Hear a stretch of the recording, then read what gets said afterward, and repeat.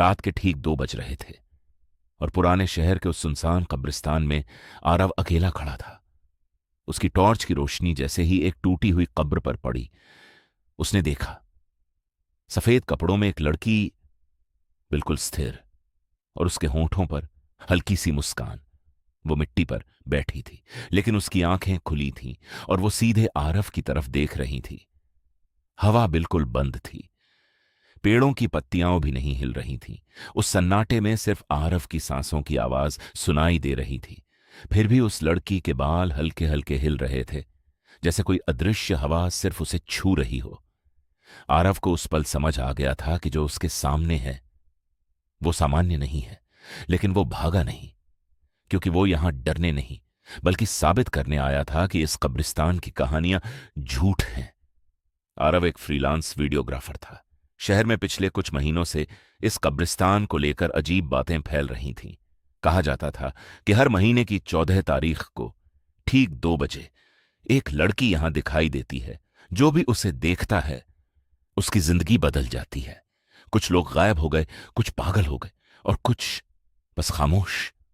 आरव इन सबको अंधविश्वास मानता था, लेकिन आज 14 तारीख थी और घड़ी 2:01 दिखा रही थी। लड़की अब भी मुस्कुरा रही थी। उसकी मुस्कान में कोई गर्माहट नहीं थी, वो ठंडी थी, खाली थी। आरव ने अपनी टॉर्च की रोशनी उसकी आंखों पर डाली और उसी पल टॉर्च की लाइट झपकी। 1 बार, 2 बार, फिर पूरी तरह बंद। अब पूरा कब्रिस्तान अंधेरे में डूब चुका था। सिर्फ चांद की हल्की रोशनी में वो सफेद आकृति दिख रही थी और उसकी मुस्कान अब थोड़ी और चौड़ी हो गई थी। आरव ने मोबाइल निकाला, रिकॉर्डिंग चालू की, लेकिन स्क्रीन पर जो दिखा वो लड़की वहां नहीं थी। स्क्रीन खाली थी, जैसे सामने कुछ भी नहीं हो, लेकिन उसकी असली आंखें अब भी उसे देख रही थीं।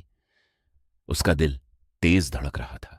वो एक कदम पीछे हटा और तभी उसके जूते के नीचे कुछ चटका।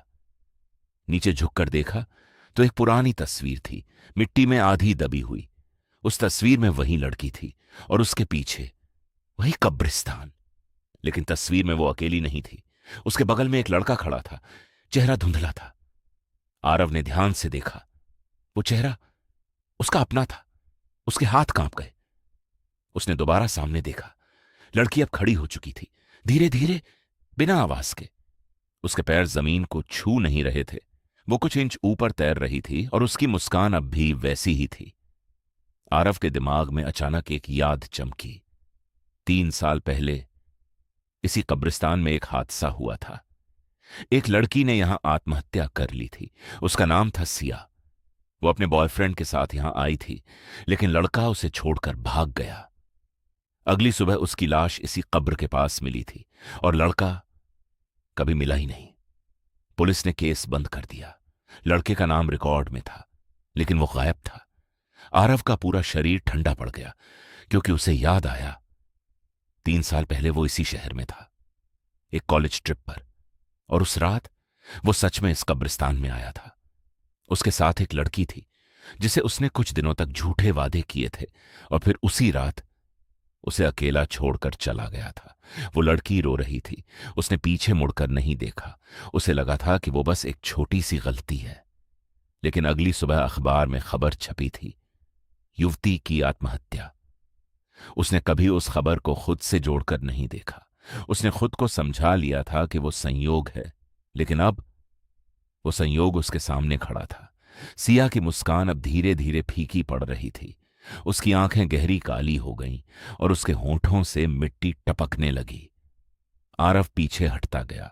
हर कदम के साथ जमीन नरम होती जा रही थी, जैसे कब्रिस्तान उसे निगलना चाहता हो। अचानक हवा तेज हो गई, पेड़ हिलने लगे और दूर कहीं से घड़ी की आवाज आई, 2:14। लड़की अचानक गायब हो गई। सिर्फ उसकी हंसी गूंज रही थी। आरव ने इधर उधर देखा। वो अकेला था, लेकिन उसके पैरों के नीचे की मिट्टी धंसने लगी। उसने भागने की कोशिश की, लेकिन उसका पैर फिसला और वो सीधे उसी कब्र पर गिर पड़ा जिस पर नाम लिखा था, सिया मल्होत्रा, 1999 से 2023। उसकी उंगलियां उस नाम को छू रही थीं और तभी मिट्टी के अंदर से एक ठंडा हाथ बाहर निकला। उसने आरव की कलाई पकड़ ली। उसकी पकड़ बर्फ जैसी थी। आरव चीखना चाहता था, लेकिन आवाज नहीं निकली। उसकी आंखों के सामने सब धुंधला होने लगा। घड़ी 2:15 दिखा रही थी। अगली सुबह कब्रिस्तान के चौकीदार ने देखा कि एक नई कब्र बनी हुई है। मिट्टी ताजा थी और पास में एक कैमरा पड़ा था। कैमरे की रिकॉर्डिंग में सिर्फ अंधेरा था, लेकिन आखिरी फ्रेम में दो आकृतियां साथ खड़ी दिख रही थीं, एक लड़की और एक लड़का। दोनों मुस्कुरा रहे थे। उस कब्र पर नाम लिखा था, आरव मेहरा, 1998 से 2026, और उसके ठीक बगल में सिया मल्होत्रा। उसके बाद हर महीने की 14 तारीख को बेशक ठीक 2 बजे कब्रिस्तान में दो परछाइयां दिखाई देती हैं, और जो भी उन्हें देखता है उसे हमेशा ऐसा लगता है कि कोई मुस्कुरा रहा है, भले ही वहां कोई जिंदा नहीं होता।